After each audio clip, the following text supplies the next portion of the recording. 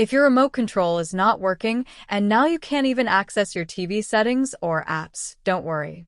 In this video, I'll show you how to fix a remote control step by step and also how to prevent this problem from happening again. Many TVs, like some smart TVs, rely completely on the remote. If your TV remote is not responding, you're basically locked out of your own device. First, let's check if your remote is actually sending a signal. This is one of the most important steps in any remote control troubleshooting process. To do this, grab your smartphone and open the camera. Point your remote control at the camera and press any button. If you see a blinking light on your phone screen, that means the infrared remote is working and sending a signal. If you don't see anything, there's a good chance the remote has a hardware issue. If the signal is working or not, the next thing you should do is check the batteries.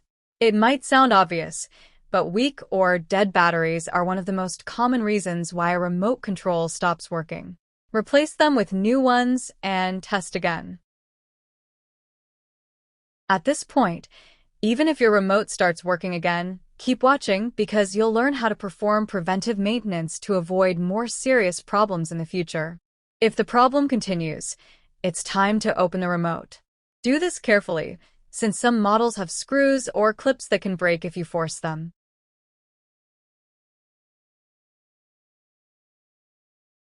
Once opened, you'll often find the real cause of the issue. Over time, dirt, grease, and even small amounts of corrosion can build up inside, affecting performance. At this point, cleaning becomes essential.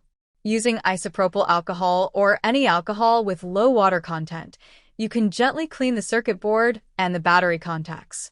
This step is very effective when dealing with remote buttons not working properly, especially if some buttons respond and others don't.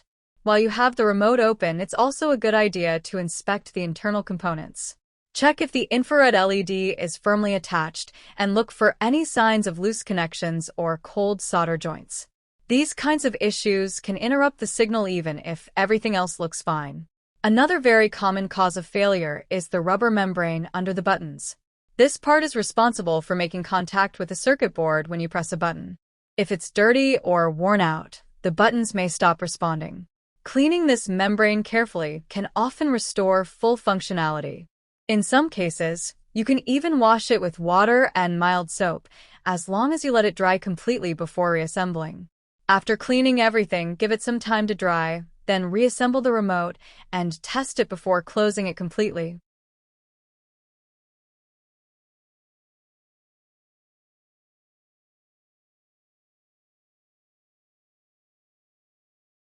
This way, you can make sure everything is working as expected.